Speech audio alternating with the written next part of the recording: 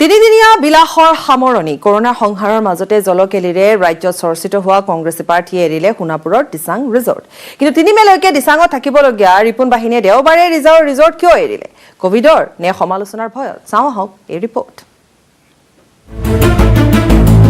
দিচাঙৰ বিলাস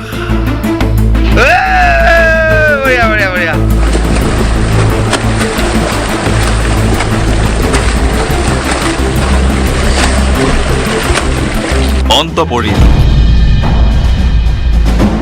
শেষ হ'ল কংগ্ৰেছীৰ ৩ দিনীয়া বিলাসী ৰিজৰ্টৰ বৈঠক। সমগ্ৰ ৰাজ্যই কোভিডৰ বিৰুদ্ধে যুঁজ দি থকাৰ সময়ত বিলাসী ৰিজৰ্টত জলকেলিত ব্যস্ত আছিল কংগ্ৰেছৰ ভাবি জনপ্ৰতিনিধি। ব্যস্ত আছিল বিলাসী ৰিজৰ্টৰ আমোদ প্ৰমোদ।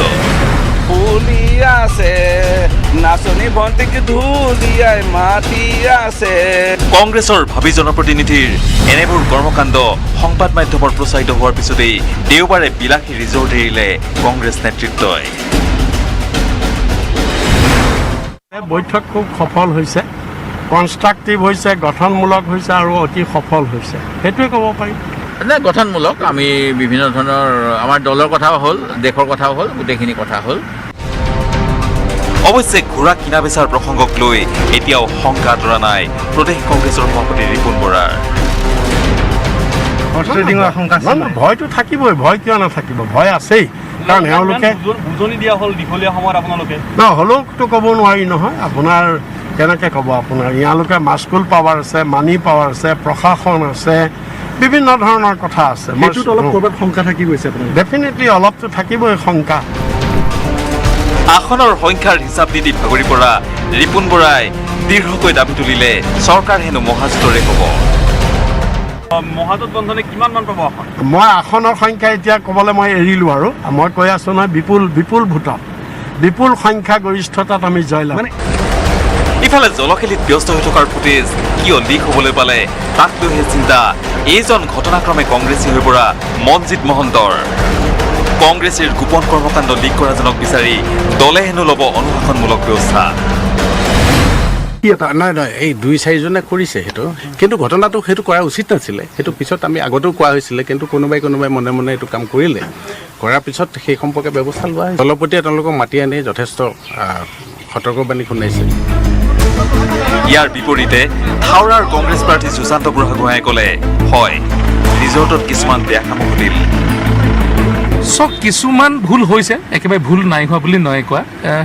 কিছুমান ভুল হৈছে অজানিতে। কিছুমান মানুহ, সকলোখিনি মানুহতো সমান নহয়। ইয়াত প্ৰায় 75-80জন মানুহ আছে। তাৰ ভিতৰত 2-এজনে হয়তো তেনেকুৱা ধৰণৰ কাম কৰিলে, কিন্তু যেতিয়া বুজোৱা হ'ল, বুজোৱাৰ পিছত আৰু সেই কামখিনি হোৱা নাই। ইফালে দলটোৰ গুৰিয়াল নেতা ৰিপুণ বৰাৰ দৃষ্টিত এয়া হেনো সৰু কথা। নাই, এইবিলাক কথা এতিয়া উত্তৰ নিদিব আৰু আজি এইবিলাক সৰু সুৰা কথাবিলাক কিয় সুধিছে? ডাঙৰ কথা সোধক। পিছে এই বিলাসী ৰিজৰ্টত 3 দিন ধৰি কিহৰ আলোচনা চলিল? চৰকাৰ হ'লে কি কৰিব কংগ্ৰেছে, তাৰে হেনো চলিছে চৰ্চা। বিশেষ একো নাই। কাউণ্টিঙৰ কি প্ৰচিডিউৰ আমি ল'ব লাগিব আৰু কেনেকৈ আমি ভৱিষ্যতে আগবাঢ়িব লাগিব, এই কথাবিলাকে সাধাৰণতে আলোচনা হ'ল। মূলতঃ যদি আমি চৰকাৰ গঠন কৰোঁ, কেনেকৈ আগবাঢ়িম, বিত্তীয় পৰিস্থিতি আৰু বিশেষকৈ কোভিডৰ মোকাবিলা কেনেকৈ কৰা হ'ব, এই বিষয়বিলাক পুংখানুপুংখভাৱে আলোচনা কৰা হ'ল। বিভিন্নজনে পৰামৰ্শ দিলে। কেমেৰা পাৰ্চন অঞ্জনৰ সৈতে বলেন Bhattacharya, news 18 Assam north east.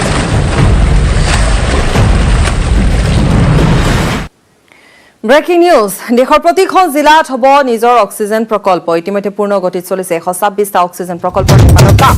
নতুনকৈ 551টা অক্সিজেন প্ৰকল্প নিৰ্মাণৰ অনুমোদন কেন্দ্ৰৰ PM কেয়াৰ ফাণ্ডৰ অধীনত অনুমোদন এই প্ৰকল্পসমূহৰ। এই পদক্ষেপে প্ৰতিখন জিলাতে অক্সিজেন যোগান সুনিশ্চিত কৰিব। পুনৰ এবাৰ কৈছো, দেশৰ প্ৰতিখন জিলাত হ'ব নিজৰ অক্সিজেন প্ৰকল্প। ইতিমধ্যে পূৰ্ণ গতিত চলিছে 126টা অক্সিজেন প্ৰকল্প নিৰ্মাণৰ কাম। নতুনকৈ 551টা অক্সিজেন প্ৰকল্প নিৰ্মাণৰ অনুমোদন কেন্দ্ৰৰ। PM কেয়াৰ ফাণ্ডৰ অধীনত অনুমোদন এই প্ৰকল্পসমূহৰ। এই পদক্ষেপে প্ৰতিখন জিলাতে অক্সিজেন যোগান সুনিশ্চিত কৰিব।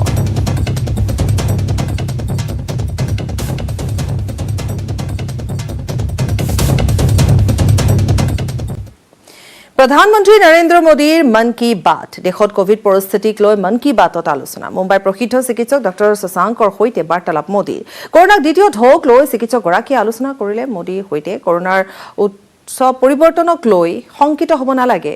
আৰু বিশেষকৈ লক্ষণ কোভিডৰ লক্ষণ দেখা দিলে চিকিৎসকৰ পৰামৰ্শ লওক চিকিৎসকৰ ওচৰলৈ যোৱা পলম হলে অধিক অসুবিধা হ'ব চৰকাৰী নিৰ্দেশনা মানি চলিলে বিপদ কম হ'ব কোভিড সন্দৰ্ভত যিকোনো তথ্য সঠিক উৎসৰ পৰা সংগ্ৰহ কৰক শ্ৰীনগৰৰ চিকিৎসক নাভিদৰ সৈতে বাৰ্তালাপ কৰে প্ৰধানমন্ত্ৰীগৰাকীয়ে ভেকচিনক লৈ ছ'চিয়েল মিডিয়াত অপপ্ৰচাৰ হৈছে বুলিও জনায় ভাৰতত উপলব্ধ দুয়োটা ভেকচিনৰে নাই কোনো পাৰ্শ্বক্ৰিয়া ভেকচিন লোৱাৰ পিছতো কোনো লোক সংক্ৰমিত হ'ব পাৰে কিন্তু ভেকচিন লোৱা লোকক ক্ষতি কৰিব পৰা নাই কৰোনাই ভাৰত চৰকাৰে বিনামূলীয়া ভেকচিন প্ৰদান অব্যাহত ৰাখিব 18 বছৰৰ ঊৰ্ধ্বৰ সকলোকে ভেকচিন দিয়া হ'ব पहली वेव का सफलतापूर्वक मुकाबला करने के बाद देश हौसले से भरा हुआ था आत्मविश्वास से भरा हुआ था लेकिन इस तूफान ने देश को झकझोर दिया है राज्य सरकारें भी अपना दायित्व निभाने की पूरी कोशिश कर रही हैं साथियों कोरोना के खिलाफ इस समय बहुत बड़ी लड़ाई देश के डॉक्टर और हेल्थ वर्कर्स लड़ रहे हैं पिछले 1 साल में उन्हें इस बीमारी को लेकर हर तरह के अनुभव भी हुए हैं साथियों मैं आप सबसे आग्रह करता हूं आपको अगर कोई भी जानकारी चाहिए हो कोई और आशंका हो तो सही सोर्स से ही जानकारी लें आपके जो फैमिली डॉक्टर हो आसपास के जो डॉक्टर्स हो आप उनसे फोन से संपर्क करके सलाह लीजिए कोरोना की इस संकट काल में वैक्सीन की अहमियत सभी को पता चल रही है इसलिए मेरा आग्रह है कि वैक्सीन को लेकर किसी भी अफवाह में न आए आप सभी को मालूम भी होगा कि भारत सरकार की तरफ से सभी राज्य सरकारों को फ्री वैक्सीन भेजी गई है जिसका लाभ 45 साल की उम्र के ऊपर के लोग ले सकते हैं अब तो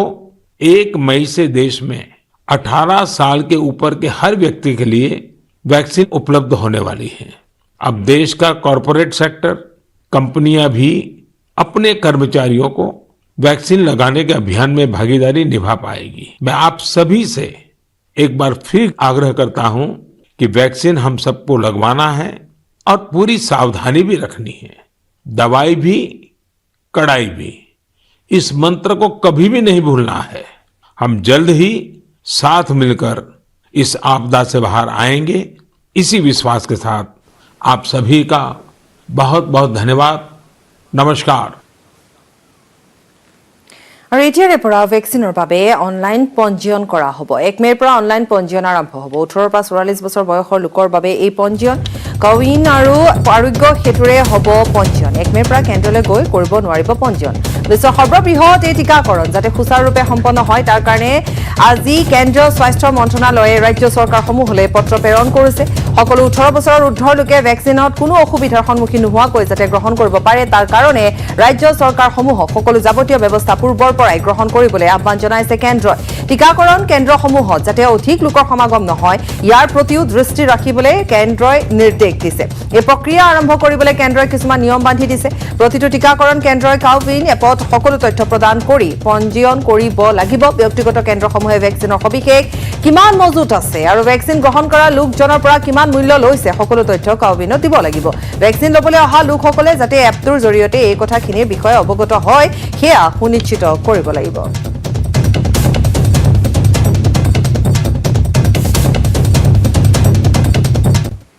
হোজাই জিলাৰ ভালুকমাৰীৰ প্ৰফেচাৰ কলনীত নিশা সংঘটিত হয় এক বিধ্বংসী অগ্নিকাণ্ডৰ ঘটনা অগ্নিকাণ্ডত সম্পূৰ্ণভাৱে জাহ গৈছে তিনিখনকৈ ব্যৱসায়িক প্ৰতিষ্ঠান ৰঞ্জিত হিছিল নামৰ লোকজনৰ দুখন ফাৰ্নিচাৰ দোকান আৰু সৌৰভ বেনাৰ্জী নামৰ লোকজনৰ এখন গেলামালৰ দোকানত জুই জাহ যায় জুই 30 লক্ষাধিক টকাৰ সা সম্পত্তি ভস্মীভূত হয় স্থানীয় ৰাইজ আৰু 4খনকৈ অগ্নি নিৰ্বাপক বাহিনীৰ বাহনে জুই নিৰ্বাপন কৰিবলৈ সক্ষম হয় এক ভয়ংকৰ অগ্নিকাণ্ডৰ দৃশ্য আমি দেখুৱাইছো 4খনকৈ অগ্নি নিৰ্বাপক বাহিনীৰ বাহন আহি উপস্থিত হয় হোজাই ভালুকমাৰীতে এই ঘটনা সংঘটিত হৈছে তিনিখনকৈ ব্যৱসায়িক প্ৰতিষ্ঠান সম্পূৰ্ণৰূপে জাহ গৈছে 30 লক্ষাধিক টকাৰ সা সম্পত্তি যা গৈছে আমি দেখুৱাইছো 3খনকৈ ব্যৱসায়িক প্ৰতিষ্ঠান 4খনকৈ অগ্নি নিৰ্বাপক বাহিনীৰ বাহনে জুই নুমুৱাবলৈ সক্ষম হয় এয়া ঘটনা সংঘটিত হৈছে হোজাই প্ৰফেচাৰ কলনীত আৰু ইতিমধ্যে অগ্নিকাণ্ডৰ কাৰণ জানিব পৰা হোৱা নাই যদিও শৰ্ট সাৰ্কিটৰ ফলতে অগ্নিকাণ্ড সংঘটিত হোৱা বুলি জানিব পৰা গৈছে ইয়াৰ ভিতৰত গেলামালৰ দোকান আছিল আৰু আমি কৈছোৱে যে কিমান লক্ষাধিক টকাৰ সা সম্পত্তি জুইত যা গৈছে বিশেষকৈ 30 লক্ষাধিকৰ যা যোৱা বুলি ইতিমধ্যে জানিব পৰা গৈছে আৰু 3খনকৈ ব্যৱসায়িক প্ৰতিষ্ঠান কিন্তু সময়মতে অগ্নি নিৰ্বাপক বাহিনীৰ বাহন উপস্থিত নোহোৱা বুলিও কিছু সংখ্যক লোকে অভিযোগ উত্থাপন কৰিছে যদিও বা অগ্নি নিৰ্বাপক বাহিনীয়ে জুই নুমুৱাবলৈ সক্ষম হয় দেখুৱাইছো এক ভয়ংকৰ অগ্নিকাণ্ডৰ ঘটনা বিধ্বংসী অগ্নিকাণ্ডৰ ঘটনা শৰ্ট সাৰ্কিটৰ ফলত হোৱা বুলিয়ে সন্দেহ প্ৰকাশ কৰা হৈছে প্ৰফেচাৰ কলনী জুই লাগিছে আপোনাৰ শৰ্ট সাৰ্কিট হৈ পিনে কাৰেণ্টত দুখন গেলামাল দোকান এখন ফাৰ্নিচাৰ দোকান অনুমানিক 20 লাখ টকা মান ক্ষতি হৈছে কিহৰ পৰা জুই লাগিলে শৰ্ট সাৰ্কিট হৈ কাৰেণ্টত শৰ্ট সাৰ্কিট হৈছে ফাৰ্নিচাৰ দোকান আছিলে দুখন মানে দোকানত জুই লাগিছিল আৰু এখন গেলামাল দোকান লাগিছিল লাগাৰ পিছত আমি থানা ফায়াৰ ব্ৰিগেড ফোন কৰিছিলোঁ পৰা 1 ঘণ্টা পিছত সিহঁতে আহিছে তাৰপিছত আমাৰ বস্তুকেইটা চব জ্বলি শেষ হৈ গ'ল অনুমানিক আমাৰ 30 লাখ মান আমাৰ হ'ল টকা ক্ষয়ক্ষতি হ'ল স্বাস্থ্যমন্ত্ৰী হিমন্ত বিশ্ব শৰ্মাই ৰাজ্যত ভেকচিনৰ অভাৱ ঘটা নাই বুলি ঘোষণা কৰিলেও ৰাজ্যৰ ভিন্ন প্ৰান্তৰ স্বাস্থ্য কেন্দ্ৰসমূহত কিন্তু পৰ্যাপ্ত পৰিমাণৰ ভেকচিন মজুত নাই চৰকাৰৰ সঁহাৰি অনুসৰি ভেকচিন ল'বলৈ গৈও বিমুখ হ'বলগীয়া হৈছে 45 বছৰৰ ঊৰ্ধৰ বহু লোক অহা 2 মেলৈকে ৰাজ্যত ভেকচিনৰ সমস্যা নাই ৰাজ্যত মজুত আছে পৰ্যাপ্ত ভেকচিনৰ ঘোষণা কৰিছিল মন্ত্ৰী হিমন্তই বৰ্তমান আমাৰ ভেকচিনৰ ষ্টক 4 লাখলৈকে বৃদ্ধি পাইছে অহা 26 আৰু 27 তাৰিখে অৰ্থাৎ অহা পৰহি আৰু চতুৰ্থ দিনৰ ভিতৰত মই আশা কৰিছোঁ যে আৰু 3 লাখ ভেকচিন আমি ভাৰত চৰকাৰৰ পৰা পাম আৰু এই দুইখিনি যদি আমি যোগ কৰোঁ তেতিয়াহ'লে মোৰ বিশ্বাস যে অহা 30 এপ্ৰিললৈকে বা 2 মেলৈকে আমাৰ ভেকচিনৰ কোনো অসুবিধা নহয় পিছে ৰাজ্যৰ ভিন্ন প্ৰান্তৰ পৰা আহিছে ভেকচিনৰ নাটনিৰ খবৰ গহপুৰত ভেকচিন ল'বলৈ আহি নিৰাশ মনেৰে উভতিল 45 বছৰৰ ঊৰ্ধৰ লোক পৰহিৰ পৰা নাটনি ঘটিছে আমি 3 দিন অলৰেডি 100কে 300 ড'জ দিয়া হ'ল ৰাইজক আৰু ৰাইজৰ বিপুল সহায় লাভ কৰিছোঁ মানুহে আহি ভেকচিন ল'বলৈ ইয়াত ভিৰ কৰি থাকে কিন্তু এতিয়া ভেকচিন নাটনিয়ে কিছু সমস্যাৰ সৃষ্টি কৰিছে সাধাৰণ ৰাইজৰ মাজত নিশ্চয় সমস্যাৰ সৃষ্টি কৰিছে বহু মানুহ আহি পেলাই ইয়াৰ পৰা আকৌ ঘূৰি যাবলগীয়া হৈছে কোকৰাঝাৰতো ভেকচিনৰ নাটনি কোকৰাঝাৰৰ কুৰ্চাকাটিত ভেকচিন ল'বলৈ বুন্দাপৰ দিছে এইসকল বয়োবৃদ্ধই এফালে চিকিৎসালয়খনত নাই সামাজিক ব্যৱধান মানি ৰখাৰ পৰ্যাপ্ত সুবিধা আনফালে ভিতৰত নাই ভেকচিন ইয়াত আহি আমি এনেকুৱা পৰিস্থিতি চাই আছোঁ আমাক ভয় লাগি আছে ইয়াত কৰোণাৰ কোনো প্ৰট'কল ফ'ল' কৰা হোৱা নাই মানুহখিনিৰ কোনো সামাজিক দূৰত্বৰ ব্যৱস্থা নাই আৰু ষ্টাফখিনি টাইমতো অহা নাই এতিয়া 11:30-12টা মানত ষ্টাফ আহি পেলাই সিহঁতে কৈ আছে যিখিনি মানুহ ফাৰ্ষ্ট ড'জৰ সেইখিনি মানুহ নহ'ব আপোনালোকে ঘৰত গুচি যাওক গহপুৰৰ পৰা পলাশ ফুকন আৰু দামাৰহাটৰ পৰা চাহিদুল হক news 18 Assam north east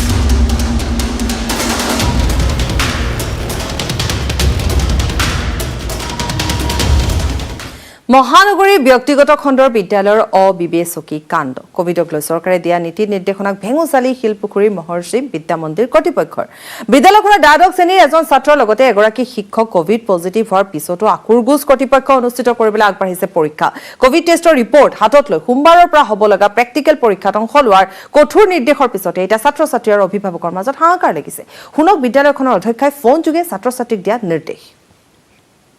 Jay Gurudev children Tomorrow you have your practical examination, physical practical is there.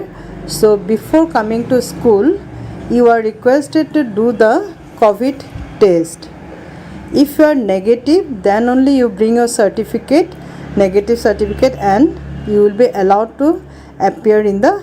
exam. Otherwise, it will be, we have to,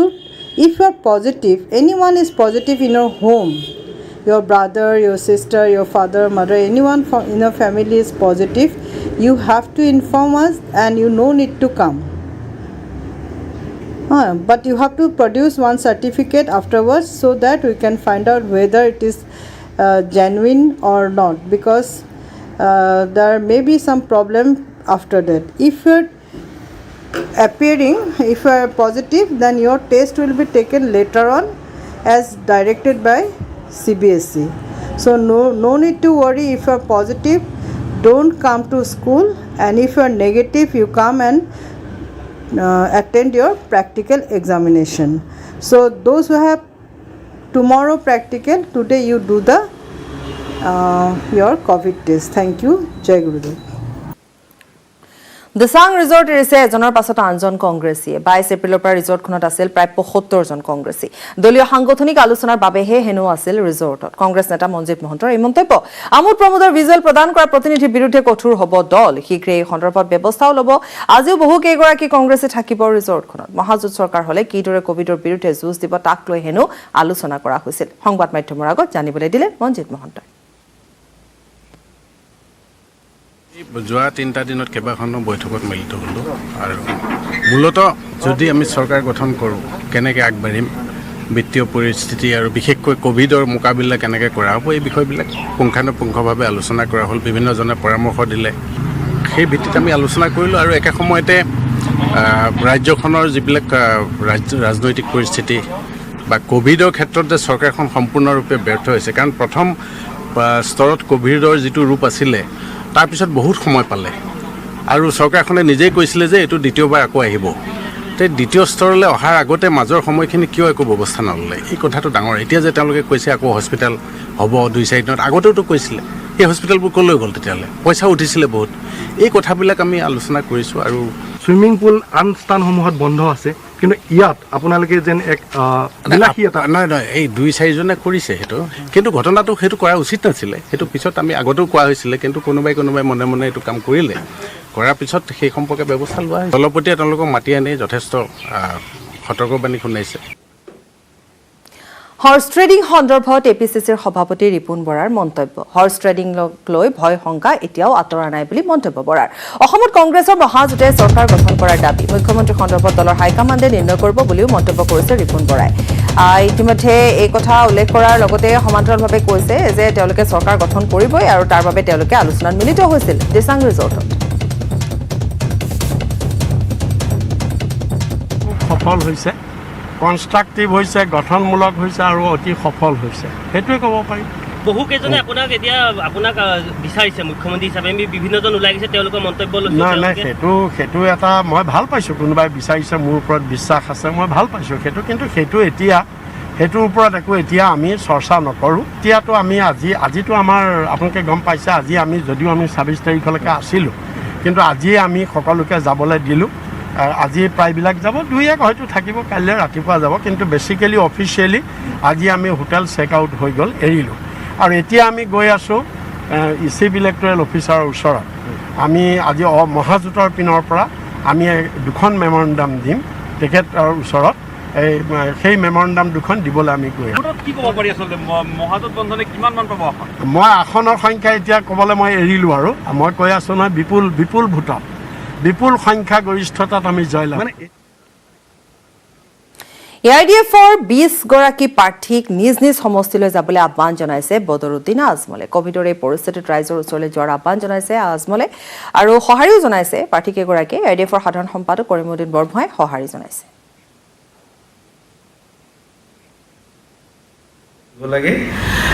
কোভিডৰ কাৰণে আজি চাওক মানুহ অলপ ভয় খাইছে মানুহখিনি সহায় দিব লাগে এইকাৰণে আমাৰ দলৰ সুপ্ৰিমো হজৰত মৌলানা বদৰুদ্দিন আজমল চাহেবে আমাৰ গোটেই প্ৰাৰ্থীবিলাকক এটা ইনষ্ট্ৰাকশ্যনে দিছে যে আপোনালোকে এই মুহূৰ্তে ৰাইজৰ ওচৰত থাকক ৰাইজৰ কি অসুবিধা হৈ আছে এইখিনি চাওক কোভিডৰ কাৰণে মানুহ মানে ছেকেণ্ড ৱেভৰ কাৰণে বহুত ভয় পাইছে মানুহবিলাক এইকাৰণে নিজে দায়িত্ব লৈ যাৰ সমষ্টিত আছে এইটো লৈ কোনো হেৰি নাই গভৰ্ণমেণ্টৰ পৰা নৰ্মছ মানি চলিব লাগিব মাস্ক পিন্ধিব লাগিব চেনিটাইজাৰ ইউজ কৰিব লাগিব ছ'চিয়েল ডিষ্টেঞ্চিং মেইনটেইন কৰিব লাগিব আমাৰ দলৰ ফালৰ পৰা আমাৰ সুপ্ৰিমো অলৰেডি জনাই দিছে চবক আবেদন কৰিছে মছজিদ মাদ্ৰাছা চবতে ছ'চিয়েল ডিষ্টেঞ্চিং মেইনটেইন কৰিব লাগে আৰু কোনো পৰ্যায়ে আমি কোনো ৰিস্ক নলওঁ as per rule as per guideline আমি চলিব লাগে আৰু ইয়াৰে সৈতে চিটি 18 পৰা বিদায়